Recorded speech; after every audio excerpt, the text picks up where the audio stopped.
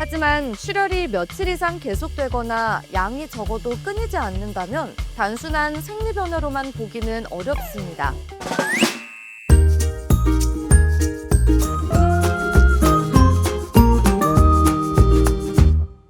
산부인과 진료가 필요한 상황인지 판단하지 못해 며칠씩 고민하다가 결국 더 늦게 병원을 찾는 경우가 많습니다. 증상이 아주 심하지 않거나 일상생활이 가능하다는 이유로 조금 더 지켜보자는 선택을 하게 되지만 그 판단이 결과적으로 확인을 늦추는 경우도 적지 않습니다.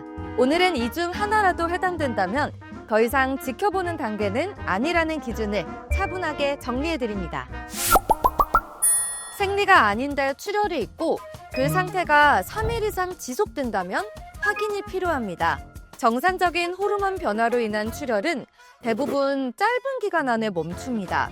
생리 전이나 생리 직후에 소량의 갈색 출혈이 잠깐 나타났다가 사라지는 경우가 이에 해당합니다. 하지만 출혈이 며칠 이상 계속되거나 양이 적어도 끊이지 않는다면 단순한 생리 변화로만 보기는 어렵습니다. 이런 경우에는 호르몬 균형이 깨졌거나 자궁 또는 자궁 경부 쪽에 확인이 필요한 변화가 있을 가능성을 함께 고려하게 됩니다. 실제로 병원에 오시는 분들 중에는 조금이라도 괜찮을 줄 알았다거나 혹은 금방 멈출 것 같아서 기다렸다는 이유로 방문을 미루는 경우가 많습니다. 하지만 출혈의 양보다 중요한 것은 지속기간이라는 점을 기억하시는 것이 필요합니다. 기존에 규칙적이던 생리 주기가 갑자기 일주일 이상 빨라지거나 늦어졌다면 몸의 변화로 보는 것이 맞습니다. 생리 주기는 호르몬 상태를 비교적 정확하게 반영합니다. 따라서 주기에 큰 변화가 생겼다는 것은 몸의 균형이 일시적으로든 지속적으로든 달라졌다는 신호일 수 있습니다. 물론 스트레스나 수면 부족, 체중 변화 등으로 한두 번 정도는 주기가 달라질 수 있습니다. 하지만 이런 변화가 연속해서 반복된다면 지켜보는 것만으로는 충분하지 않을 수 있습니다. 이 경우에는 호르몬 상태나 자궁 관련 상태를 확인해 원인을 파악하는 것이 필요해집니다.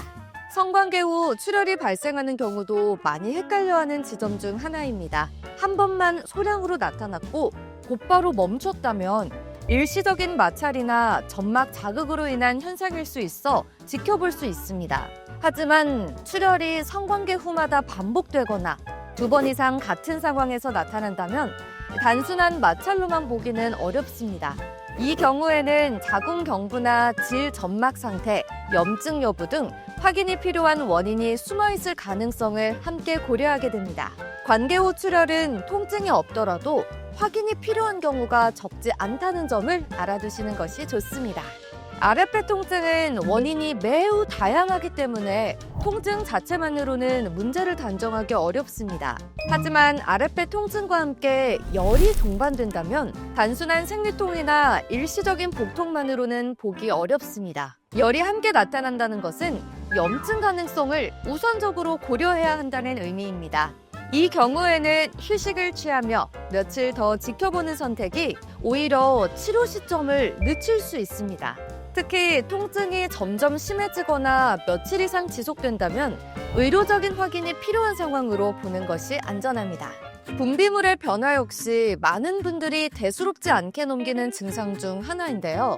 분비물은 양보다는 색과 냄새가 중요한 판단 기준이 됩니다. 노란색이나 회색의 분비물에 평소와 다른 냄새가 함께 동반된다면 질 내부 환경이 변화했을 가능성이 큽니다.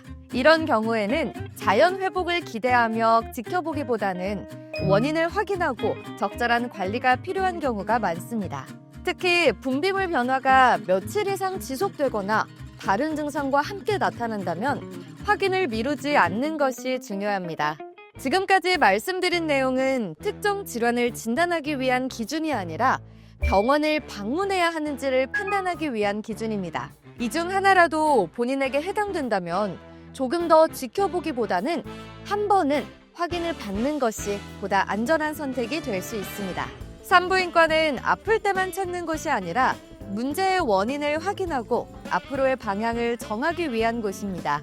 오늘 안내해드린 기준 중 본인에게 해당되는 항목이 있다면 혼자 판단하며 시간을 보내기보다는 의료진의 도움을 통해 정확한 확인을 받아보시기 바랍니다.